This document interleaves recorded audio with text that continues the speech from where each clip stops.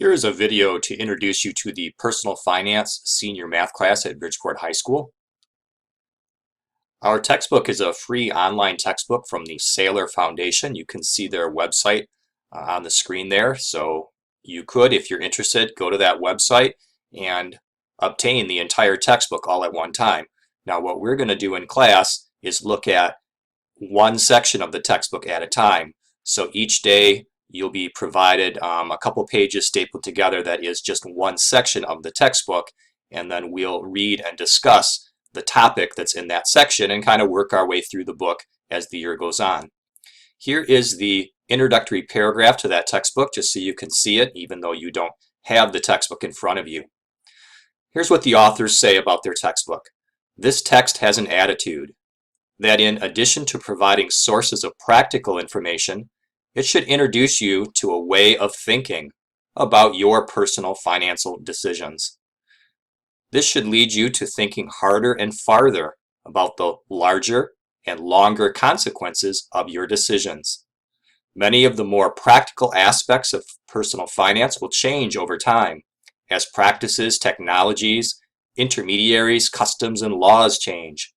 But a fundamental awareness of ways to think well about solving financial questions can always be useful. Some of the more practical ideas may be obviously and immediately relevant, and some not, but decision-making and research skills are lasting. Next, here's a quick table of contents of the chapters that are in the book. This should give you a good idea of the kinds of things that we'll discuss in class this year. The first chapter is about personal financial planning. So this is a good way to start. We'll look at each person's individual goals in this class, and they're going to be different from others in the room. And this will give us a good overview of the kinds of things, kind of decisions that you'll need to make throughout your adult life as you work with your finances. Chapter 2, Basic Ideas of Finance. Some of these things are going to overlap with things that you've learned in your economics class. So if you've already had that class or are taking it at the same time, that'll work real well together. Chapter 3 is about financial statements. Often these are mailed to you from a bank, a credit union, from an investment company. And so we'll take a look at how to read these and use the data and information that's on them. Chapter 4, Evaluating Choices, Time, Risk, and Value. Chapter 5, this is about financial planning, specifically making a budget. And so in this class this year, you'll have an opportunity to create a budget for your life circumstances now, and certainly we'll talk about what the budgeting process looks like for an adult who has a career and has a lot more income than what you would have right now as a high school student. Chapter 6, we'll discuss taxes and tax planning so that you are ready for that. Not many high school students have to fill out tax forms already, but certainly as soon as you graduate high school, that will become a responsibility to you as a citizen. So we'll talk about how to do that. Chapter 7 is Financial Management. Again, this is kind of an overview of ideas that you should be aware of to manage your finances. Chapter 8 is Consumer Strategies. Again, this has some connections to your economics class, just things you need to be aware of to be a consumer who makes smart choices with money. Chapter 9 is all about buying a home. This is a very complicated process. When you are ready to buy a home, you'll work with a professional to help work you through all this. It's a very challenging process with a lot of paperwork, and it takes a long time, and certainly there's a lot of your money that's involved in buying a home. Chapter 10, we'll look at insurance. So insurance is something that you probably know that you need in your adult life to provide security for you and your family, the people that rely on you. Chapter 11, we'll look at retirement and estate planning. Again, this is something that you need to prepare for so that at a certain age, whether it's 60, 65, 70 years old, whatever that might be, that you've positioned yourself with enough financial resources that you're able to retire and not have to work all the time. We'll also look at estate planning.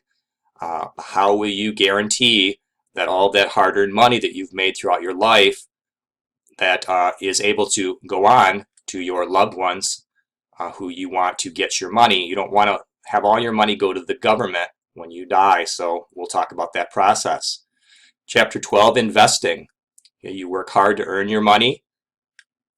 How can you use extra money that you're not spending on your daily needs to earn you through interest additional money? That's what investing is for.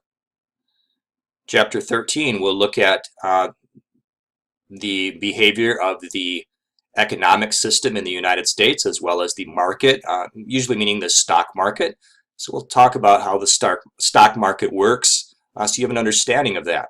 Chapter 14, we'll look in more detail at investment, what's the practice of investment, so that when you get some extra money that you know how to go about investing it in investment vehicles that will pay you good interest without too much risk of losing your principal money.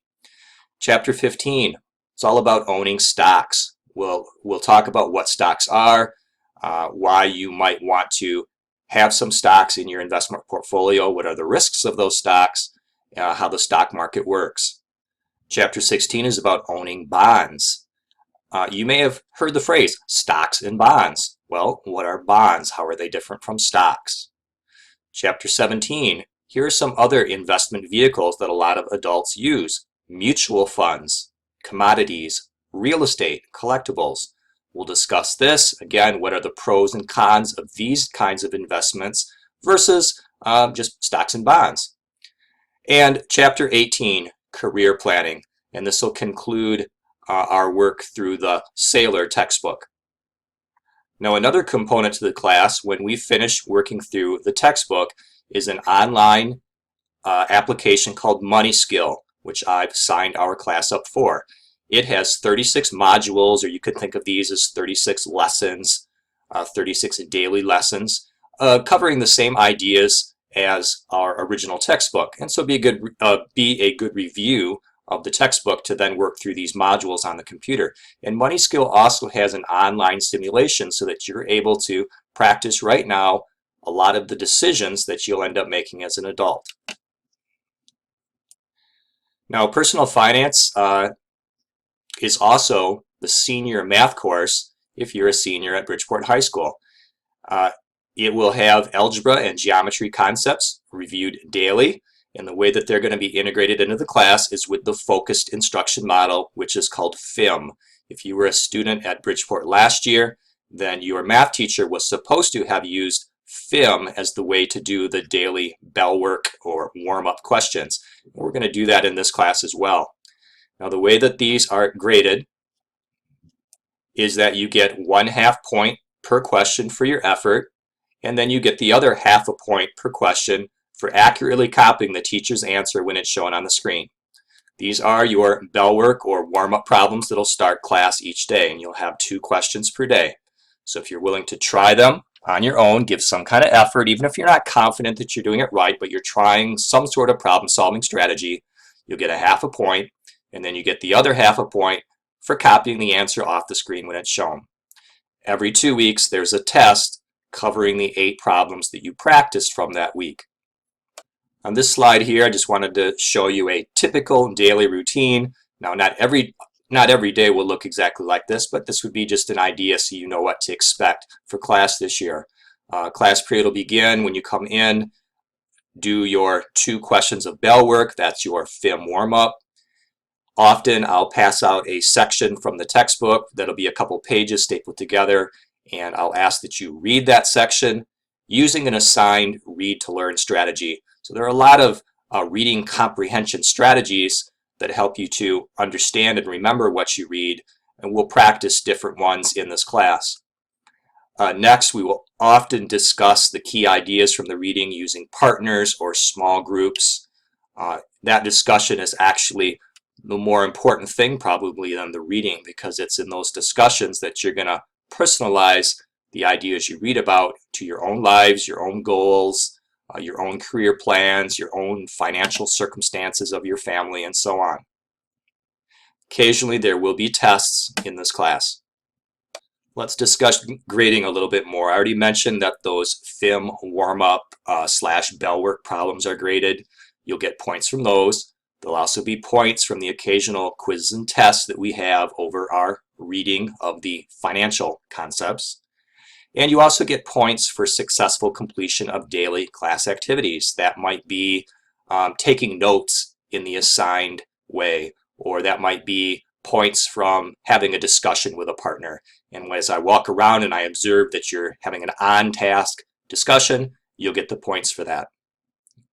Now, one other piece about grading, beginning with a second tardy, you'll have minus 1% to your course grade per tardy. So if you're tardy a third time, it's another minus 1% to your grade. If you're tardy a fourth time, another minus 1% to your grade, and so on. So be very careful to get here on time and watch your tardy so that you're not adding up all those minuses and really hurting your grade.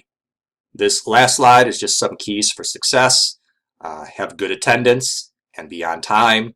Being on time, then you won't have that penalty from the tardiness, and with good attendance you won't be missing days where we will have done reading and had discussions that people earned points for and you weren't here to get those participation points.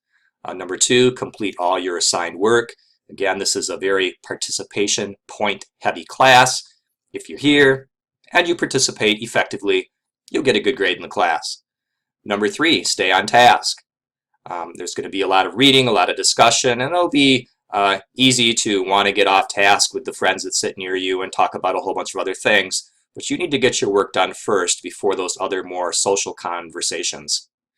Number 4, follow classroom rules so that we have a high quality environment so everyone can succeed. And number 5, the information in the class and the discussions you have about it may be the most useful stuff you do in high school. Now, not every class are you going to study things that you're going to use regularly in your adult life. But in this class here, a lot of the stuff that we talk about with financial decision making is going to be very key information for you when you're an adult so that you can make wise choices. So that's it. That's the introduction to the class. Hopefully that gives you an idea of what this class will be like and what kind of information we're going to study and talk about this year. As far as the math component of the class, there's a little bit of math in the financial stuff, but most of the way that the math is brought into the class is through those daily bell work problems. We call that FIM, the Focused Instruction Model. So good luck this year.